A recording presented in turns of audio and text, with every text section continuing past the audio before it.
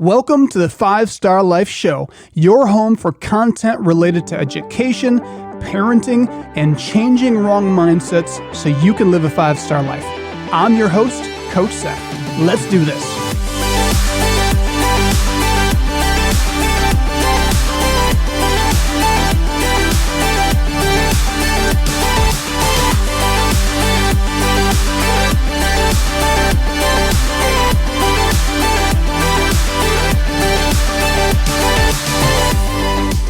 Welcome back to the 5-Star Life Show. I'm your host, Coach Seth, and I'm joined in studio with my amazing co-host, Coach Mia. Thank you, and Coach Bray. And we've got Coach Bray.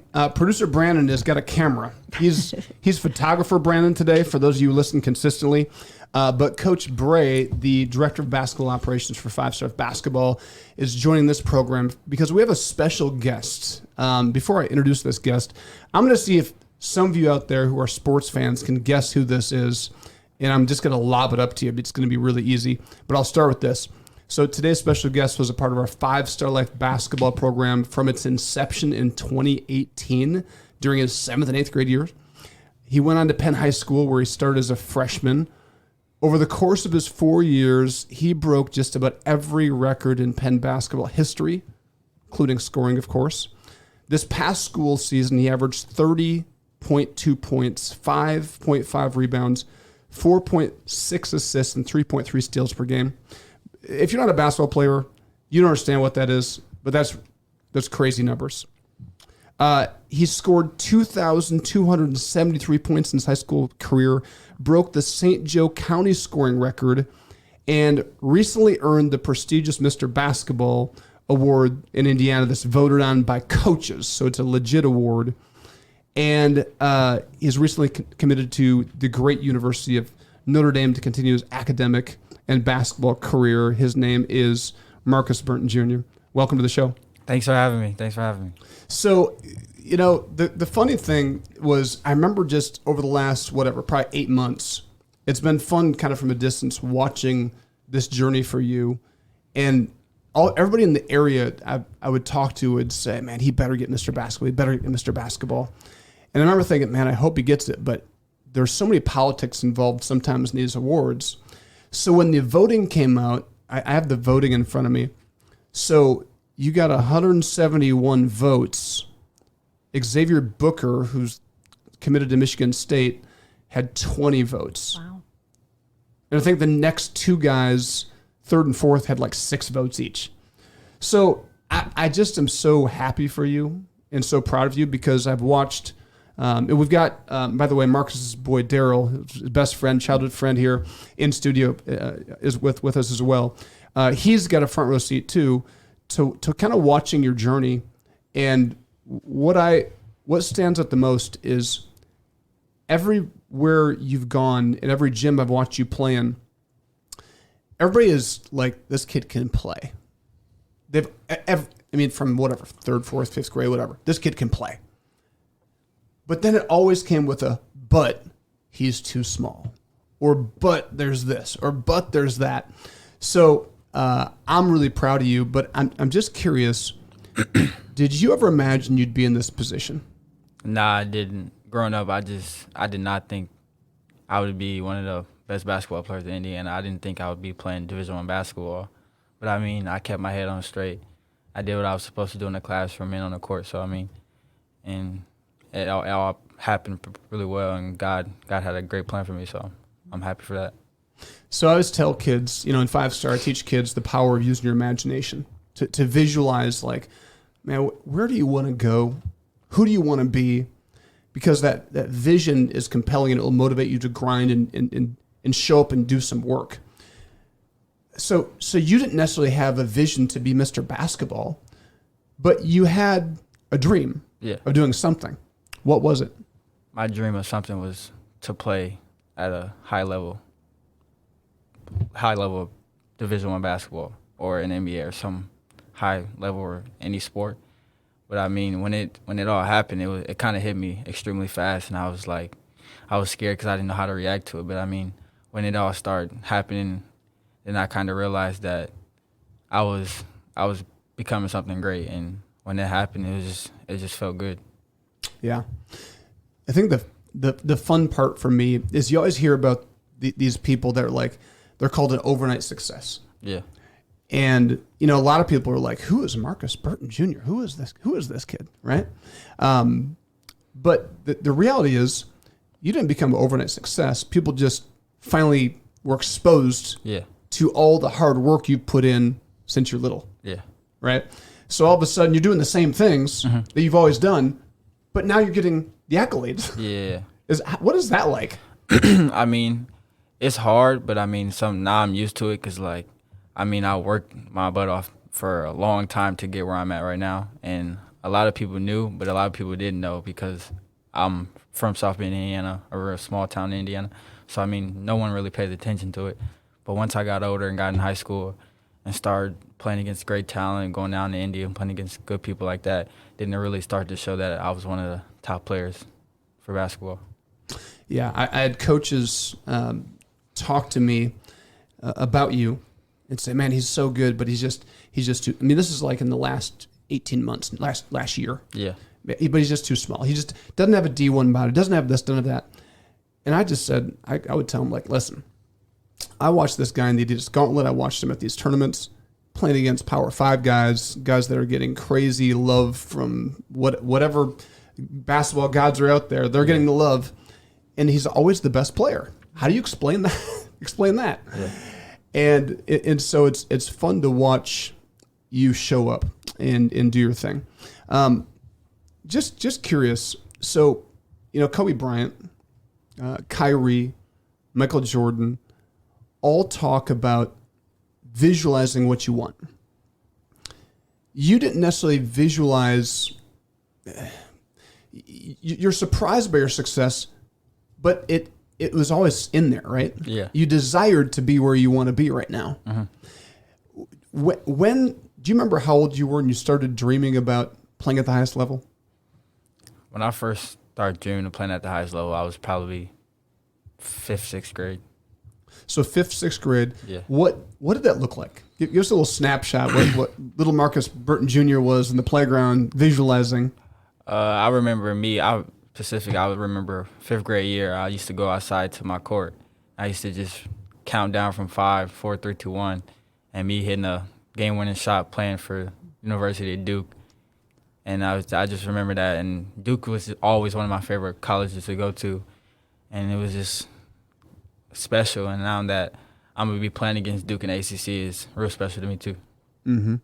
Okay, I'm just curious.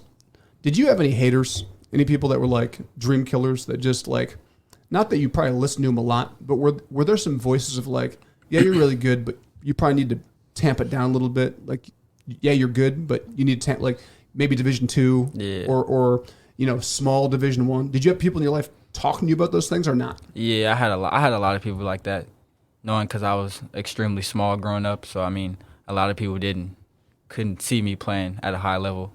And I mean, I just listened to it, but I didn't really take it to heart because I was a kid at the time, so it didn't really pay me no mind. But like once I got older, got a little taller, got in high school, start planning out to be one of the best basketball players, then I kind of just blocked all of it out and just focused on what I need to do. Go ahead. I was just going to ask, where did you learn to block it out? I used to always tell my girls to be like a seal and let it, like, you know, roll off their back, but that's hard. Yeah, I learned to block it out probably sophomore summer going into junior year. I mean, it was hard for me because I had a lot of people telling me that I wasn't as good, I wasn't gonna make it, stuff like that. But I mean, once I knew that it was just people saying stuff to me, it shouldn't bother me. I should just focus on what I have to do, get what I have to get done, because those are people that have their own opinion, not me. So I mean, it was. After a while, it got pretty easy to me, and I just didn't pay no mind. You just stayed focused. Yeah. Good for you. You know, that same time you're talking about, I remember going to Omaha and watching you on the Adidas 3SSB, and you were playing against Compton Magic, I think it was. Yeah, it was. And, I mean, this is a very good basketball team. These guys they're tall, they're athletic, they're good. And Markus is just taking it to him. And I remember people afterwards like that who weren't there, like, yeah, but he's too small. I'm like, you got to see him. Like, it doesn't matter. This guy's got heart. So the fact that you're able to block that out, and you always carried yourself with a humility. Yeah. And you do this to this day. I think your dad also carries himself with humility. I'm not sure if that's a trait you got from him or if that's just something you picked up. But it's an awesome trait that you have. I think that has to make, once you get the accolades, even better, because you're grounded in knowing who you are, not necessarily in who values you as a basketball player. Yeah. That's got to help. All right, we're going to take a quick commercial break and come back with more Markus Burton Jr. after this. Did you know that you can bring the values, lessons, and mindsets Coach Seth discusses on the 5 Star Life podcast to your local community? Schools are searching for programs and content that work. Just a simple introduction to your teacher or principal could be a game changer in your community. Inquire at 5starlife.org and someone from our team will be in touch.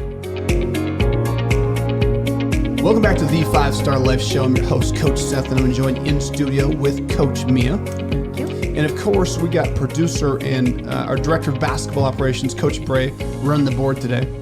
Thanks for having me. Welcome to the show. Thank you. And we have Markus Burton Jr., Indiana Mr. Basketball, in the house. Markus, welcome back. Welcome. Thanks for having me. All right. Bray, I want you to be thinking, like, as the director of basketball operations, what questions you have for Markus. We'll probably chop up some of these clips and replay them back for some of our kids who are hoping to be in his shoes someday. So anything you can think of to ask, I'm going to put that out there.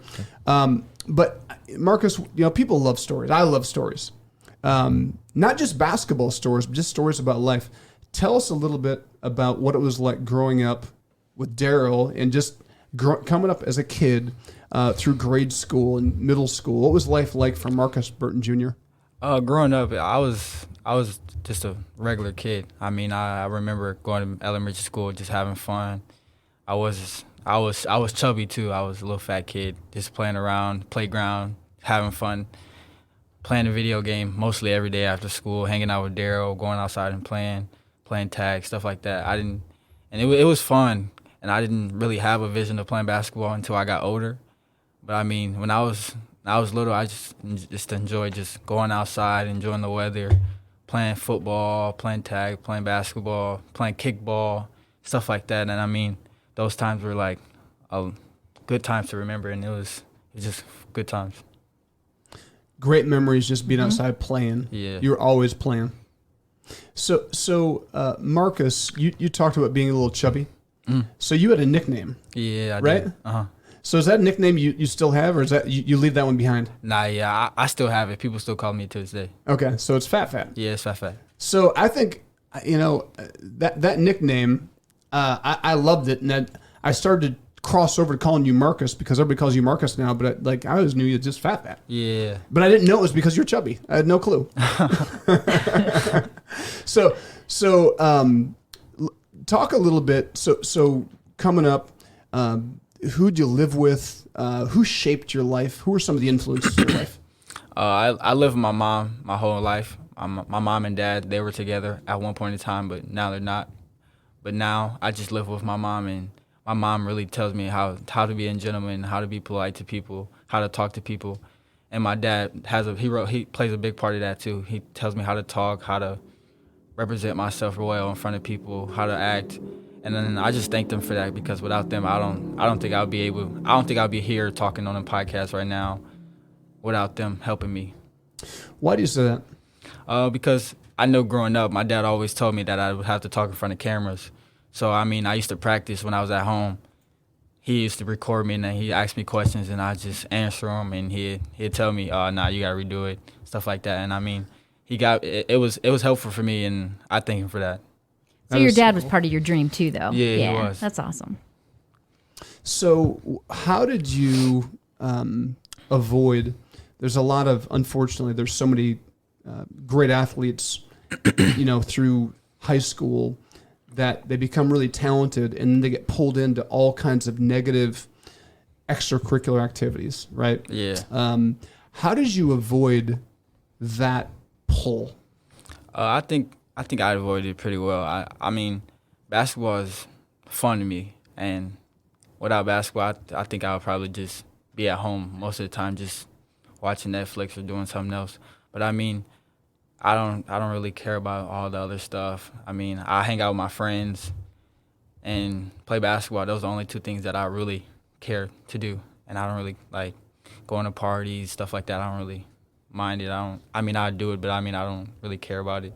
I'd rather be somewhere playing basketball all night or be at my friend's house playing video games, making jokes, cracking jokes, watching a movie or something like that. So you value things that involve moving you towards your future, what you want, basketball, college, and true friendship. Yeah. So you have a tight, kind of a knit group of people that you connect with. Yeah. See, this is why I wanted you to come on the show, because there's so many kids in life that get pulled into so many negative things because they're insecure and they think they have to have a ton of friends and whatever. And it's like, man, if you have one or two good friends, that is all you, like real friends, right? That's all you need. So talk about this.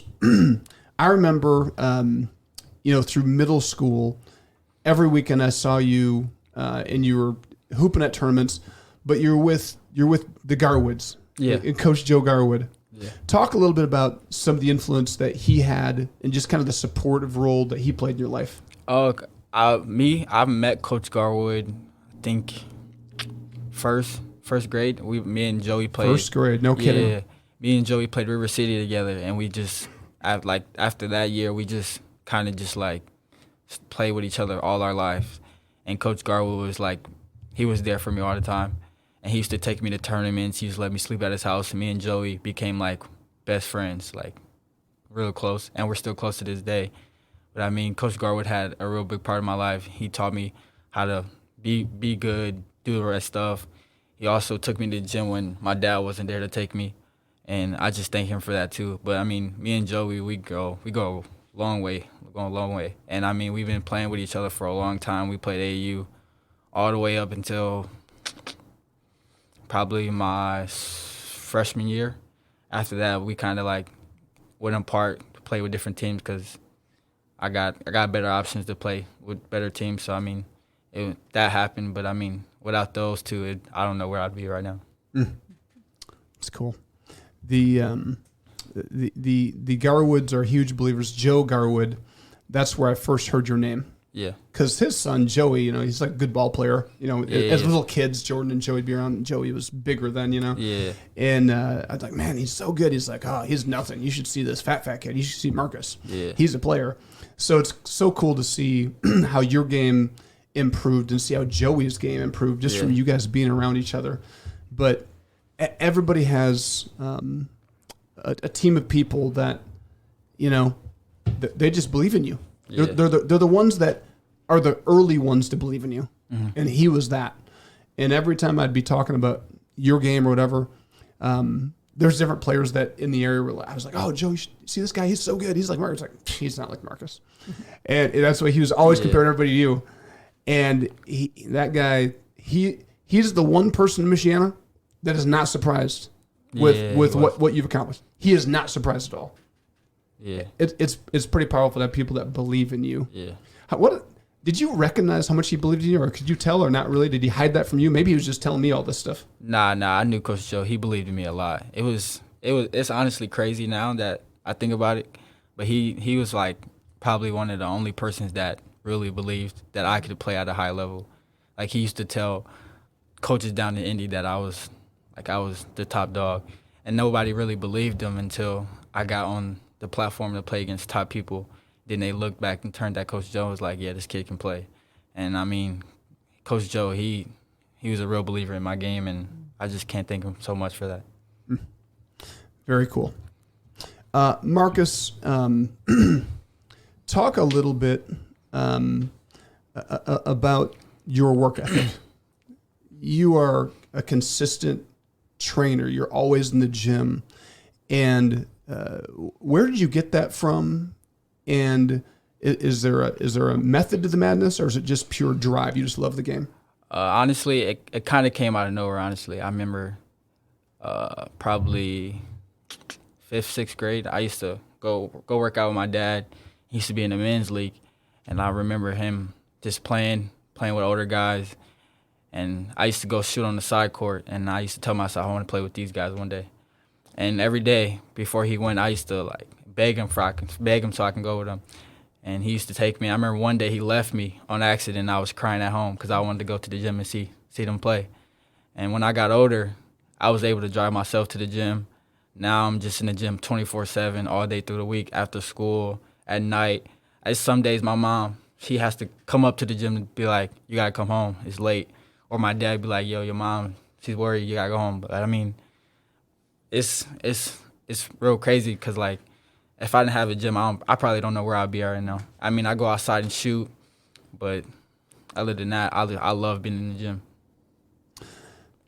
That's powerful right there, Bray. That's a clip for kids to listen to right there. There's so many kids that they want to sit where you're sitting, but they don't want to do what you do. Yeah. Right? And you can't, it's hard to package the love for the game. All right, we got to take another break and come back with more Markus Burton after this. 5 Star Life is a not-for-profit organization dedicated to changing the face of culture by changing kids' mindsets. Since 2005, we've impacted hundreds of thousands of lives thanks to the generous support of individuals, small businesses, corporations, and foundations. Are you interested in helping 5 Star Life grow into all 50 states? With your donation or introduction, you can help bring 5 Star Life to your community, school, and state.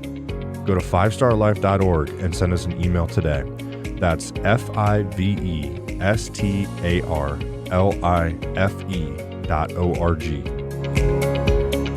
Welcome back to the 5 Star Life Show. I'm your host, Coach Seth, and I'm joined in studio with my incredible co-host, Coach Mia. Thank you, Seth. We've got producer and director of basketball operations, Coach Bray, back here. Say hello, Bray. Hello. Awesome. And we've got our special guest, Markus Burton Jr., incredible basketball player, incredible young man, going to do incredible things. Welcome back. Thanks, Lee. Markus, we didn't talk about this. Have you declared a major? You know what you want to study at the University of Notre Dame? Nah, not yet. I'm still undecided right now, but I mean, once I get there, I'll probably figure out what I'm gonna do. But I talked to a lot of people at ND. They told me to just stay patient because when I go in the summer, it's just summer school, so I don't really have to worry about it. But once school starts, then I can find something that I'm interested in doing. Mm-hmm. Okay, so talk a little bit about this. You know, you landed at a Power 5 school. You're playing major Division I basketball. You got a full ride. By the way, great selection. University of Notre Dame, like, it's the best education you can get. Yeah. The network is unbelievable. Like, great decision. You're going to have a lot of success. You're going to do great things as a leader, as a person, because you're a person of character. I've watched that. Talk a little bit about how, like, maybe to kids that are going to listen to this, how did you balance academics, basketball, training, everything you're trying to do, and still be a student that can go to Notre Dame? I probably would tell them just don't get overwhelmed with a lot of things, because when you think about it too much, then that's when you start to worry about it. And I learned that the hard way. But I mean, once I got older, I kind of realized that if I take care of the stuff that I need to take care of first, then I can do the stuff that I want last and have fun with it. And when I got in high school, I started to learn that a lot too. Because I mean, my freshman year, I was kind of like doing the stuff that I wanted to do first and having academics come second. And that kind of got me a little bit. Once I got what I needed to do, then it helped me out a lot. So, you know, after school's over, you're going straight to what you need to do first. Yeah. Then you go to the gym after. Yeah. It's so simple, but so powerful, right? Yeah, it is. And then you still have time to do so many other things, right? Yeah. It's amazing.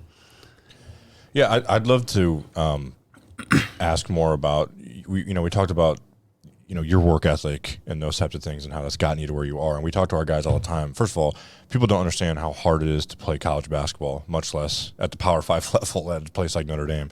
We're trying to get players and young players to realize, especially, talking about academics, like you have to get out to a great start as a freshman, those types of things. But we ask our players to talk to our players all the time about, hey, are the habits you have today on par with the dreams you have for tomorrow, right? And I think when we talk about you and your work ethic, and outside of even just basketball, we're talking academics or being a great friend, all those types of things. And I'd love to hear more about just your what gave you what helped you realize that, and what was the fuel behind it all. Obviously being a great basketball player is being a great basketball player, but when you're in the gym, when did you know this is what I want to do? When I realized this is what I wanted to do was, I remember watching YouTube, and I remember seeing LeBron's son. He was playing, he had all the cameras on him, and he was probably about 6th grade, and I was telling myself, this is how I want to be. And I used to go to the gym and work extremely hard with my dad, just doing all the stuff that I needed to do to become a better basketball player. And once I got in high school and got older, the cameras started to be on me a lot more, and then it was just the rest was history, honestly. And you played against him, right, in AAU at one point? Yeah, I did play against him. I played against him in, I think it might have been 5th, 6th grade year. We lost both games, but they had the better team. But it was just so fun playing against him, and he had a lot of people there. It was cameras recording us. It was just a great time. LeBron was also at one of the games too, so it was just a fun time. Can't beat that. You're playing in front of the greatest of all time. Yeah, it was. LeBron. Yeah. No. That's another podcast. We're not going to fight about that, Bray. We're not going to fight about that. Marcus is with me, I think. You got a thought on that? Nah. Oh man, your dad trained you well. So, Bray, do you have anything else? Yeah, I'd love to hear more about just your travel basketball experience. As we're trying to build a program here. We've built a program, but we're trying to continue to take it to the next level. And ultimately, our goal is to keep players like you in our area and compete at the highest level. And we want to make sure we are offering the opportunities for, players that need to be seen at the absolute highest level. Guys like you, guys like Blake Wesley, those types of guys that have gone through our area. But I'd love to hear more just about what was that journey like for you? What was your, when I grew up and played, my favorite memories were in the summer with whether it was with my travel team or whether it was with my school team in June. So I'd just love to hear more about your journey there and your highs and maybe your lows of what that process was like. I'm start with the lows first. My lows AAU, coming from South Bend, you didn't have a lot of great AAU teams. And I used to play with this team called Skylar Diggins. And I wouldn't say we were bad, but we didn't have the sponsorship that we needed. But our team was extremely good. So we would go to the big tournaments. We would compete, but we wouldn't win. But it was still fun knowing that we were a team from South Bend and we could go to big states and compete with the great teams. And once I got older, I started to play with 5-star. We ended up going to nationals. We came in 5th place. That was one of the highlights of my summer too. Then when I got older, I started playing with Indiana Elite in Indianapolis, and that's when I started to playing the Adidas Gauntlet, stuff like that, playing against great talent, Division I players, going to nationals again, coming in 4th, 3rd place, playing against other Division I players and stuff like that. And once I left that and I got in high school, I started playing with Mac Irvin, Indy Heat. I played with Indy Heat for about a month. It was fun, but I really wasn't playing the competition that I thought I needed. And I went to Mac Irvin, I played EYBL, and then that's when I really felt that I could play at a high Division I basketball level because I was playing against high blue blood kids that were 6'5", 6'6", players like that, and I was averaging 24 in EYBL, just having fun with it. And that's when I really realized that I could play with these kids too, and that was probably one of the best highlights of my summers. Yeah, it's awesome, especially when and I think part of your journey too was I would say maybe somebody along in that journey that you recently mentioned was somebody that didn't necessarily think you could play at the EYBL level, right? Yeah. So you had to make that decision for yourself. Yeah. And then not only for you to do that and then compete at a very high level. I think that's just you saying, hey, it takes what it takes for me to reach my goals, and I'm going to put myself in the best position to be successful and play in front of the right people with the right people to help you reach your goal. And I think players can take a lot from that and you and your journey and the aspect of, we've talked about your process and what you love to do, but having an attitude and a mindset of I have to figure out how to reach my goals, and not necessarily let any one person tell me you can or can't. Right? Yeah. But just reaching, you finding a way essentially is what it boils down to. Yeah. Marcus, are you a goal-oriented person? Do you set goals? Nah, not really. I just kind of just tell myself what I need to do, and when it's time, then that's when I go do it. Can I ask maybe a naive question? But you say you're at the gym all the time. Do you like have a plan before you go, or do you just? Oh yeah, my dad usually writes a plan on Okay. his phone, his notes and workouts that he wants to do, and we just go off that. But then after that, we just pretty much freestyle. Okay.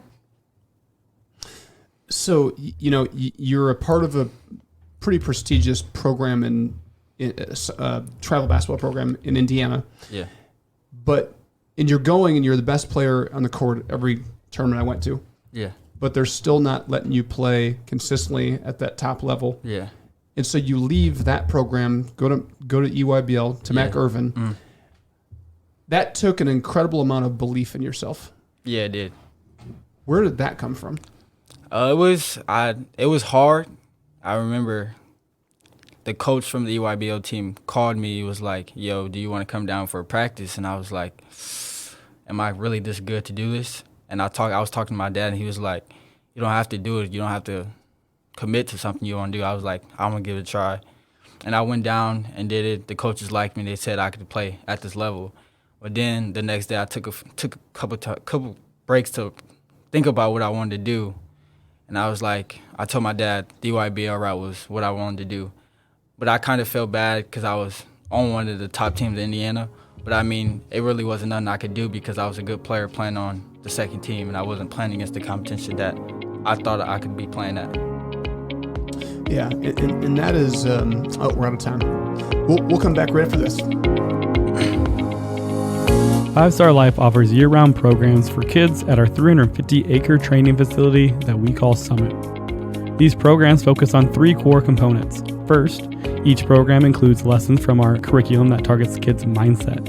Secondly, each program teaches a skill like equine, archery, blacksmithing, basketball, fishing, boating, and many more.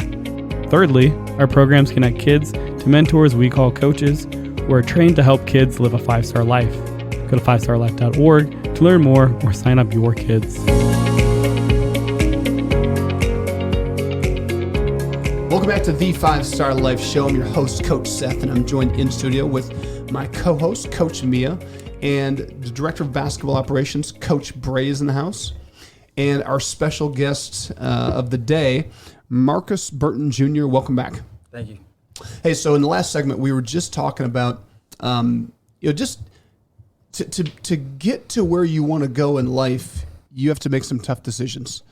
And you're on one of the top teams in Indiana, which, there's thousands of kids that wish they could be at that level. So you're already at a high level. Yeah. But then you say, man, I want to be playing against the very best competition, not the second best competition. I want to play against the best.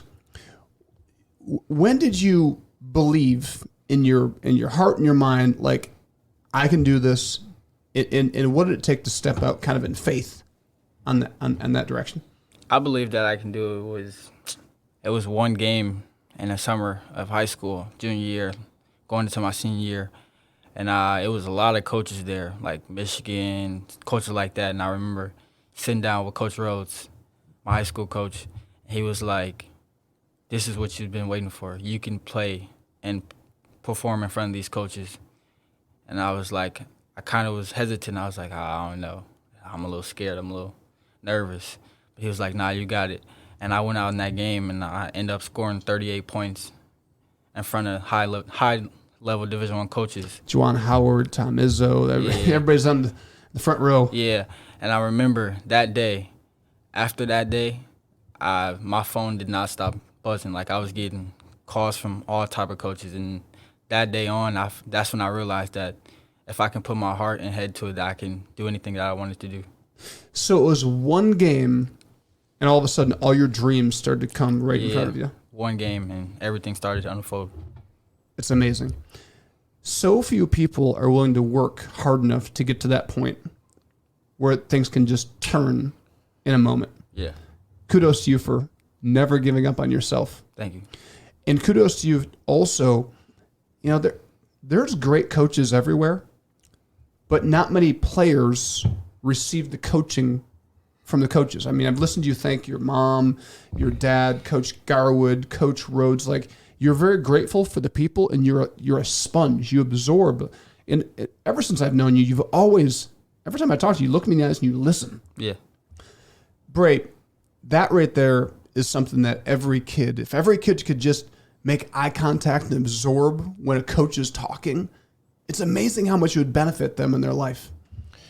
Do you pick up on some of this stuff? Yeah. With like teammates, you see other kids, whether it's Yeah. travel or school, whatever, like they're just kind of like casual about it. Yeah. What's going through your mind as that's happening? Pretty much. I just kind of just leave it.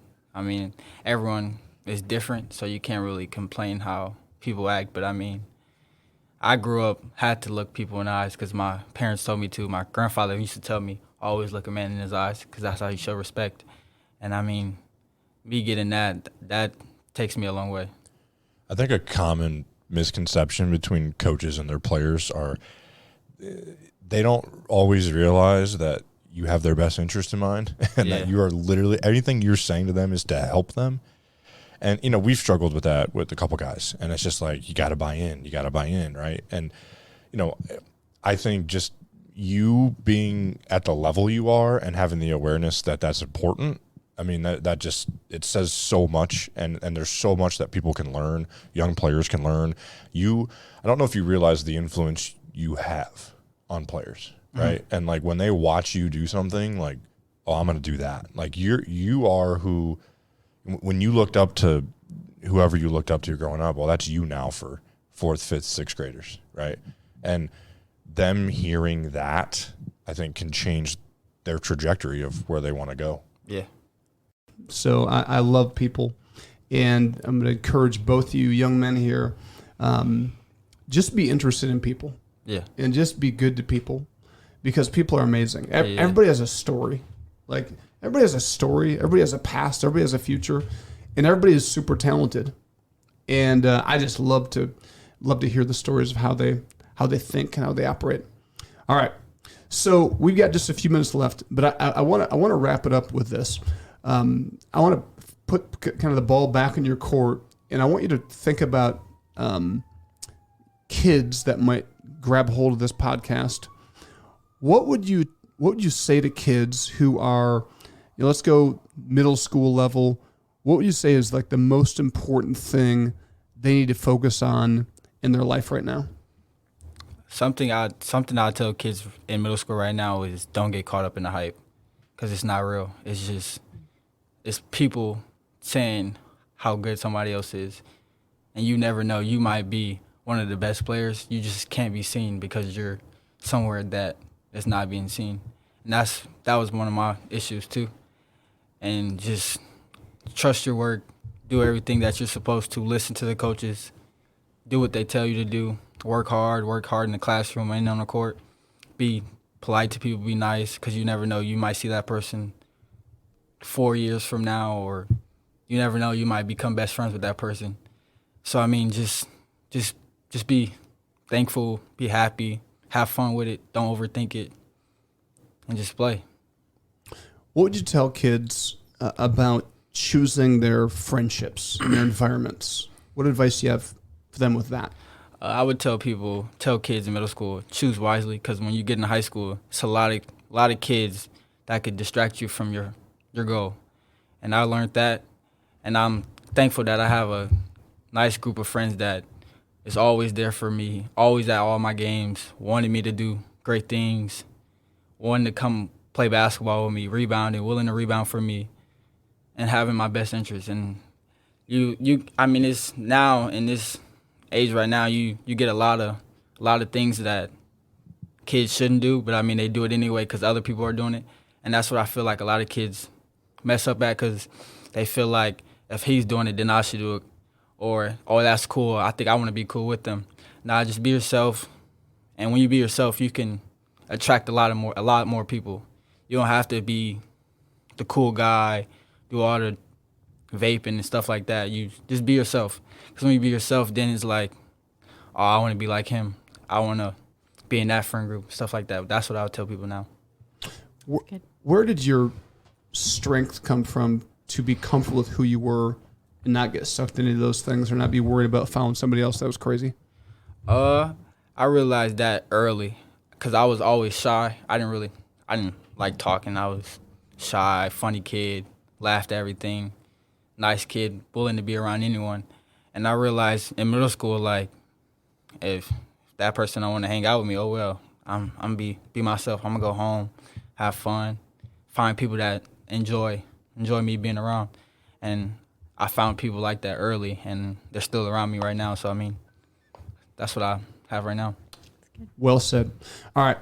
Markus, thank you so much for joining us today. Thank you for having me. I am so proud of you, and your story's not over. It's just begun. Yeah. Excited about the next chapter.